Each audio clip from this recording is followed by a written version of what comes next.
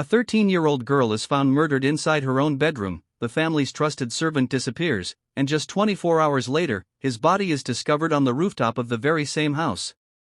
What looked like a straightforward murder suddenly turned into one of India's most controversial criminal investigations. But here's the question that still divides an entire nation. Did the police accuse the wrong people, or did the real killer walk away unnoticed? Imagine going to sleep in one of the safest places you know, your own home. Now imagine waking up to discover that a 13-year-old girl has been brutally murdered just a few feet away from her parents, inside a locked apartment. At first, the family's trusted housekeeper was blamed. He had disappeared without a trace. But less than 24 hours later, his body was found on the rooftop of the same building. 2 murders.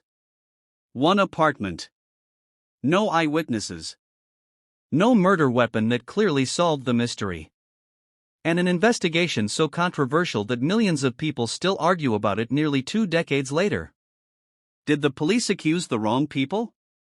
Did investigators destroy the truth before they could even find it? Or did the real killer quietly disappear while the entire country was looking somewhere else? This is the mysterious and heartbreaking story of the Aarushi Talwar case, one of India's most debated unsolved murder investigations. It was May 15, 2008. The Talwar family lived in a modern apartment in Noida, a city just outside New Delhi. Dr. Rajesh Talwar was a respected dentist. His wife, Dr. Nupur Talwar, was also a successful dental surgeon. Together, they had 1 daughter, Aarushi Talwar. She was just 13 years old. Friends described her as bright, polite, cheerful, and focused on school. She loved music, enjoyed chatting with friends, and had dreams just like any other teenager her age. From the outside, the Talwar family appeared to have a comfortable and peaceful life. Nothing about that evening suggested that history was about to be made for all the wrong reasons. That night, Aarushi had dinner with her parents before heading to her bedroom. Like many teenagers, she spent some time on her phone before going to sleep. Meanwhile, Hemraj Banjade, the family's live-in domestic helper from Nepal, was also inside the apartment. Everything seemed completely normal. No neighbors reported screams. No one heard a violent struggle. No signs suggested that something horrifying was about to happen. The apartment eventually became silent. But sometime during the night, something changed forever. No one knows exactly what happened inside that apartment. No one knows who moved through the hallway, who entered Aarushi's bedroom, or what events unfolded during those dark hours. The next morning, on May 16, 2008, the silence was broken. Aarushi's bedroom door was found locked from the outside. When the door was finally opened, the 13-year-old girl was lying on her bed. She had suffered fatal injuries. The family's world collapsed in an instant. Police officers quickly arrived at the apartment. Almost immediately, investigators noticed something strange. Hemraj, the family's domestic helper, was nowhere to be found. His room was empty. His phone was switched off. And without carefully examining every possible scenario, early suspicion quickly focused on the missing servant. Within hours, many people believed the mystery had already been solved.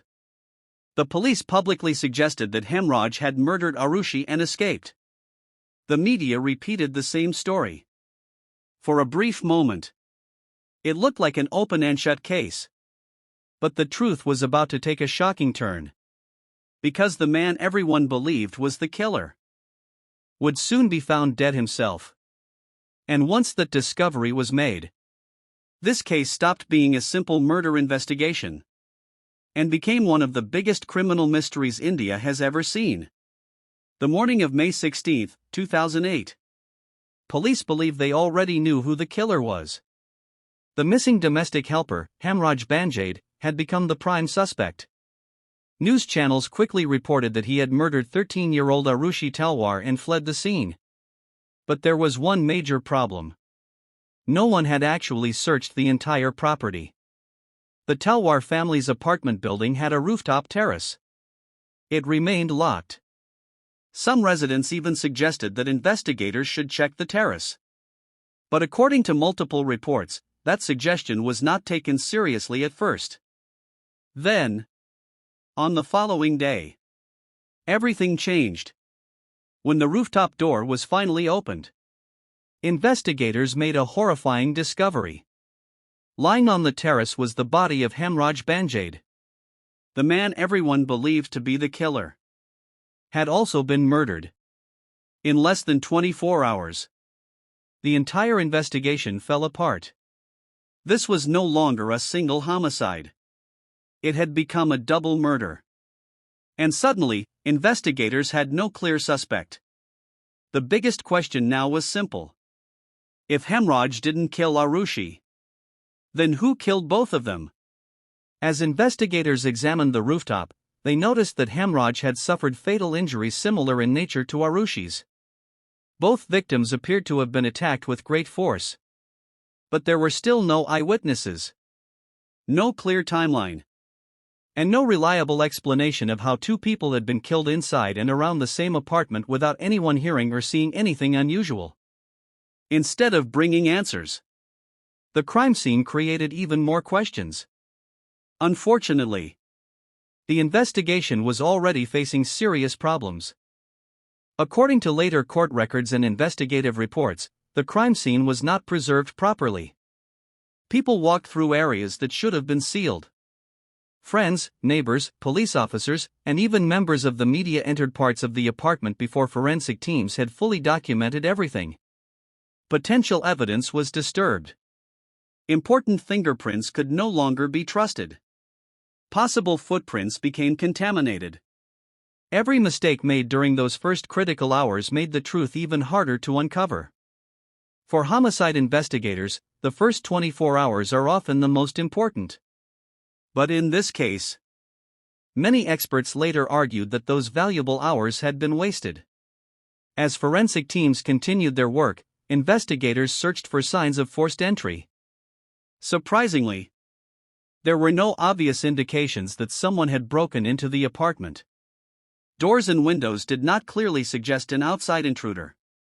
That detail immediately raised another disturbing possibility. Could the killer have been someone already inside the apartment?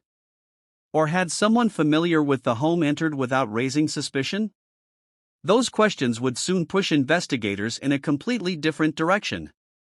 Meanwhile, the media coverage exploded. Television channels discussed the case around the clock. Speculation quickly replaced verified facts. New theories appeared almost every day. Some reports were based on official statements. Others were nothing more than rumors. As public pressure grew, investigators found themselves under enormous scrutiny. Everyone wanted answers. Everyone wanted an arrest. But the evidence wasn't leading to a clear conclusion. And as the investigation continued, the focus slowly began shifting away from the missing servant and toward the people no one initially expected to become suspects: Aarushi's own parents. That decision would shock the entire country and turn an already tragic case into one of the most controversial criminal investigations in Indian history. The discovery of Hemraj's body changed everything. The theory that he had murdered Aarushi and escaped was officially dead. Now investigators had to start over from the beginning. But instead of identifying an unknown intruder, the investigation took a shocking turn. Police began looking inside the Talwar family itself. The idea stunned the public. How could two respected dentists, who had just lost their only daughter, suddenly become suspects? At first, many people refused to believe it. But investigators claimed that several details inside the apartment didn't seem to match the story being told. According to the police, there were no clear signs of a forced break-in. The apartment appeared to have remained locked throughout the night. That led investigators to believe that whoever committed the murders may have been someone already inside the home, or someone who could enter without resistance. Soon after, police introduced a theory that would dominate headlines across India. They suggested that Dr. Rajesh Talwar had allegedly discovered Aarushi in a compromising situation with Hemraj. According to this theory, an argument followed, ending in both Aarushi and Hemraj being killed. It was a dramatic claim, and it immediately became front-page news. But there was one major problem. Investigators could not produce direct evidence proving that this sequence of events had actually happened. No eyewitness supported the story. No video footage existed. And no reliable forensic evidence confirmed the alleged motive. Despite that, the theory spread rapidly through television debates, newspapers, and online discussions. The Talwar family strongly denied every allegation. They insisted they had nothing to do with the murders and said the investigation was unfairly targeting them instead of searching for the real killer. As public pressure increased, the case was transferred to India's premier investigative agency, the Central Bureau of Investigation, better known as the CBI. Many people believed the CBI would finally uncover the truth. The agency began reviewing forensic evidence, interviewing witnesses again, and reconstructing the events of that night. But even within the CBI, investigators did not always agree with each other. One investigative team explored the possibility that outsiders may have entered the apartment. Another team believed the evidence pointed back toward the parents. Different investigators reached different conclusions from the same evidence. Instead of making the mystery clearer, the case became even more confusing. Forensic experts also faced serious limitations. Because the original crime scene had not been properly secured, several important pieces of evidence had already been compromised. Potential clues had been lost forever. Objects had been moved. People had entered rooms before complete forensic documentation. By the time investigators attempted to reconstruct the crime, some of the most critical answers were no longer available. Legal experts later described these early mistakes as some of the biggest reasons the case became so difficult to solve. As months turned into years, the mystery only grew deeper. The public became divided into two groups. One side believed the parents were responsible. The other believed they had become victims of a deeply flawed investigation. And with every new report, every new interview, and every television debate, the truth seemed to move even farther away. Then came the moment that changed the family's future forever. After years of investigation, the case finally entered the courtroom. And what happened next would become one of the most controversial verdicts in modern Indian criminal history. Years after the murders, the investigation finally reached the courtroom. By this point, the case had already become one of the most talked about criminal investigations in India. Millions of people had formed their own opinions. Some believed the parents were guilty. Others believed they were being blamed because investigators had failed to identify the real killer. The courtroom would now decide. The prosecution's case was largely based on circumstantial evidence. There was no eyewitness. There was no confession. There was no video recording showing what happened that night. Instead, prosecutors argued that when all the circumstances were viewed together, they pointed toward Dr. Rajesh Talwar and Dr. Nupur Talwar. They claimed the apartment had shown no convincing signs of a forced break-in. According to the prosecution, this suggested that an outsider was unlikely to have entered unnoticed. They also questioned the sequence of events described by the family and argued that several details did not fit together. The defense strongly rejected those claims. The Talwars' lawyers argued that the investigation had been deeply flawed from the very beginning. They pointed to the contaminated crime scene, the delayed discovery of Hemraj's body, the conflicting investigative theories, and the lack of direct physical evidence connecting the parents to the murders. They argued that suspicion alone could never replace proof. As the trial continued, forensic evidence became one of the most heavily debated topics. Experts from both sides interpreted certain findings differently. Some believed the available evidence supported the prosecution. Others argued it was far too weak to establish guilt beyond a reasonable doubt. Because several important clues had been compromised during the initial investigation, many questions simply could not be answered with certainty. The courtroom listened to months of testimony. Investigators, medical experts, forensic specialists, and legal arguments from both sides. Then, in November 2013, the trial court delivered its verdict. Dr. Rajesh Talwar and Dr. Nupur Talwar were found guilty of murdering their daughter Aarushi in Hemraj. Both were sentenced to life imprisonment.